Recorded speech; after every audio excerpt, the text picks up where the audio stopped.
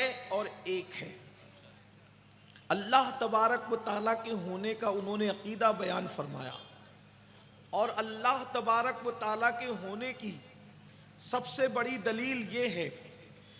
کہ 1,24,000 کم و بیش انبیاء کرام جو روئے زمین پر تشریف لائے،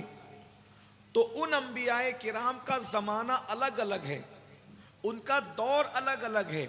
ان کے علاقے الگ الگ ہے، ان کے خطے الگ الگ ہے، ان میں سے کسی کی اکثر و بیشتر کی ایک دوسرے سے ملاقات نہیں ہے،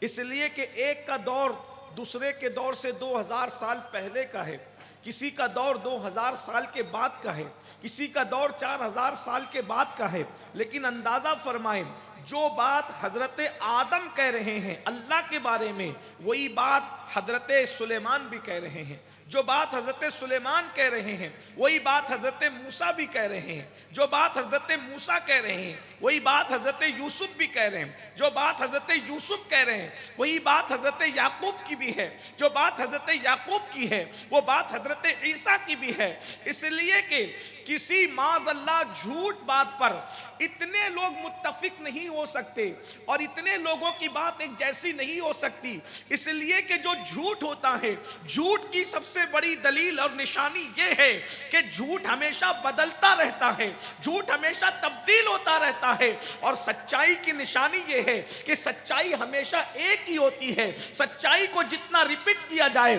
اس میں کبھی فرق نہیں آتا، اس میں کبھی تبدیلی نہیں آتی۔ سبحان اللہ، کتنے بڑے بڑے لوگ ہیں یہ سب، بلکہ جو لوگ توحید کے داعی بن کر کے آئے تھے ان سب لوگوں نے یہ پیغام دیا، اللہ اکبر، کہ اللہ ایک ہے، اور یہ جتنے لوگ پیغمبر کی حیثیت سے دعوت توحید لے کر آئے تھے، خدا کے وجود کی اطلاع دینے کے لیے آئے تھے، وہ کردار کے اعتبار سے، علم کے اعتبار سے، حسن کے اعتبار سے، نسب کے اعتبار سے اپنے زمانے کے سب سے بہترین لوگ رہے۔ ان کی ٹکر کا ان کے مقابلے میں کوئی نہیں تھا، نہ نسب کے اعتبار سے نہ علم کے اعتبار سے، یہ منفرد لوگ تھے، اللہ اکبر۔ لیکن آخری میں جس کو توحید کا داعی بنا کر اللہ تبارک و تعالیٰ نے بھیجا ہے، وہ ہستی پھر سب سے بے مثال ہستی ہے، اس ذات کو ہم محمد الرسول اللہ کہتے ہیں۔